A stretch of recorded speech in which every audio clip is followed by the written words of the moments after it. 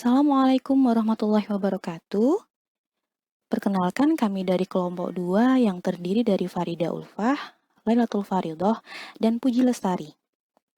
Pada kesempatan kali ini kami akan mempresentasikan modul 2 pada mata kuliah Pendidikan Bahasa Indonesia di SD yang berjudul Pemerolehan Bahasa Anak. Di KB1 nanti kita akan belajar tentang pemerolehan bahasa pertama, kemudian di KB2 kita akan belajar tentang pemerolehan bahasa kedua.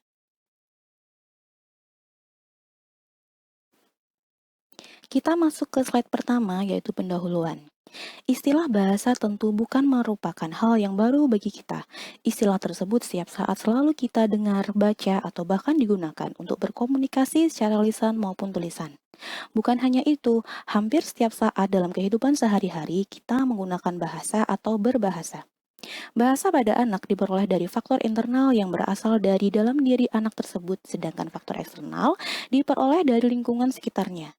Modul ini akan membahas tentang bagaimana anak belajar dan menguasai kemampuan berbahasa. Tujuannya yaitu, setelah mempelajari modul ini, diharapkan dapat yang pertama, menjelaskan konsep pemerolehan bahasa, dua, membedakan pemerolehan bahasa pertama dan bahasa kedua, tiga, menjelaskan teori yang mendukung dan faktor-faktor yang mempengaruhinya. Keempat, mengidentifikasi strategi pemerolehan bahasa.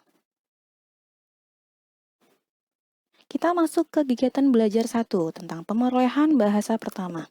A. Pengertian pemerolehan bahasa. Pemerolehan bahasa atau language acquisition adalah proses pemilikan kemampuan berbahasa secara ilmiah. Proses pemerolehan bahasa memiliki karakteristik berikut. A. Berjalan secara spontan tanpa sadar dan tanpa beban. B. Terjadi secara langsung dalam situasi informal tanpa melalui pembelajaran formal.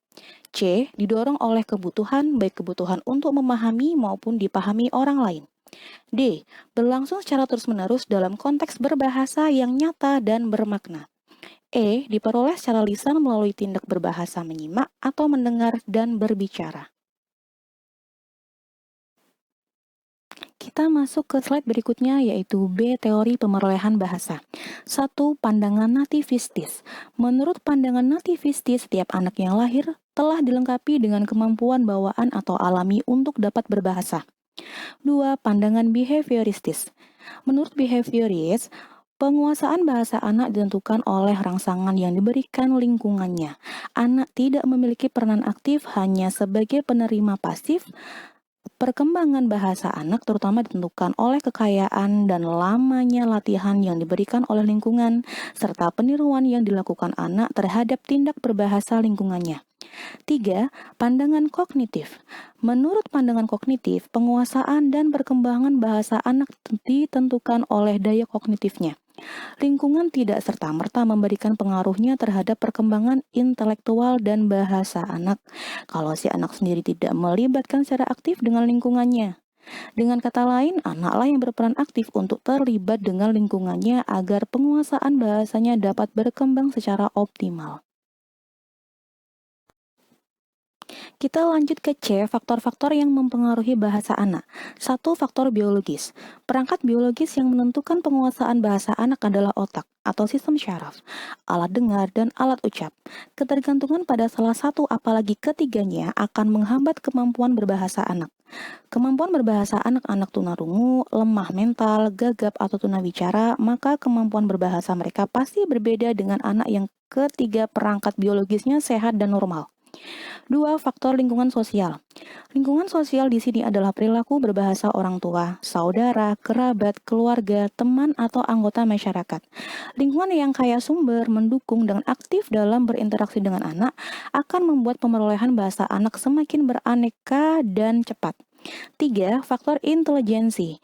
Intelijensi adalah kemampuan seseorang dalam berpikir atau bernalar, termasuk memecahkan suatu masalah.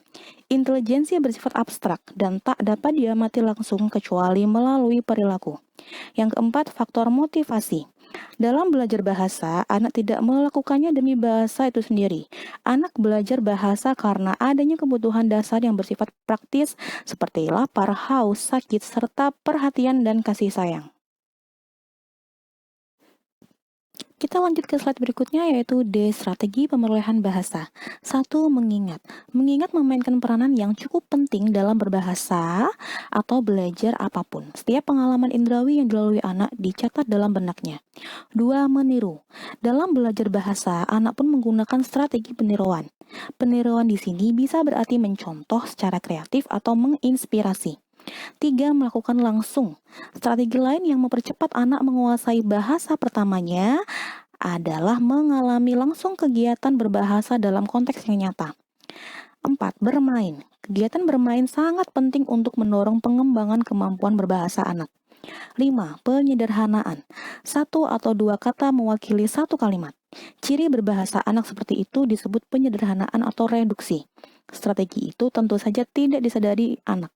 Meskipun sederhana, kita sebagai orang dewasa akan memahaminya karena dibantu oleh konteks terjadinya perilaku berbahasa anak.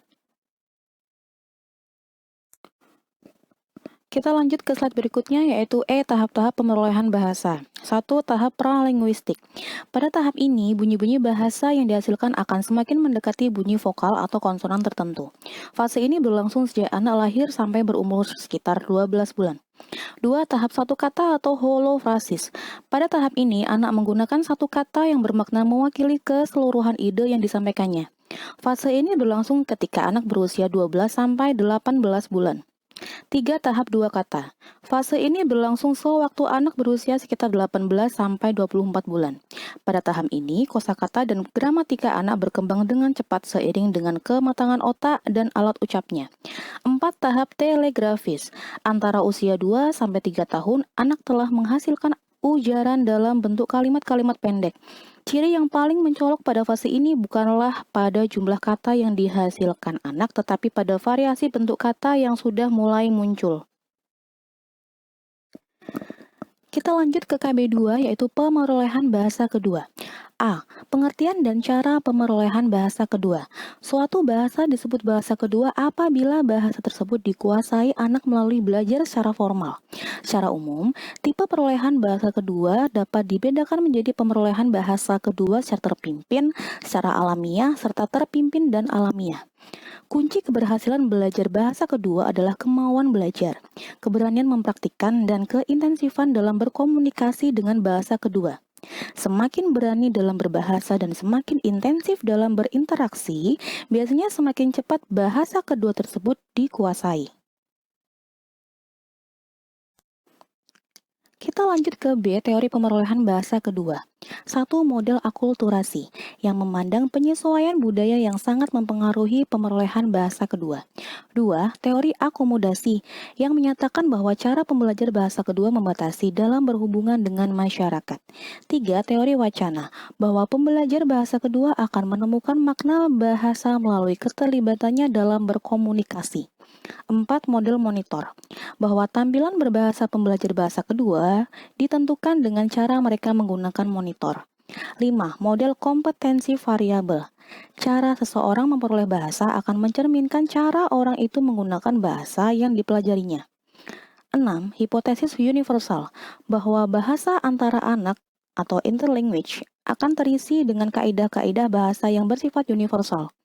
7. Teori neurofungsional, yang berpendapat adanya hubungan antara pemerolehan bahasa kedua dengan anatomi otak syaraf dan sistem otak. Demikian paparan materi dari kelompok kami, kurang lebihnya mohon maaf, semoga dapat mendatangkan atau menambah wawasan baru untuk kita semuanya. Terima kasih. Billahi taufik wal hidayah. Wassalamualaikum warahmatullahi wabarakatuh.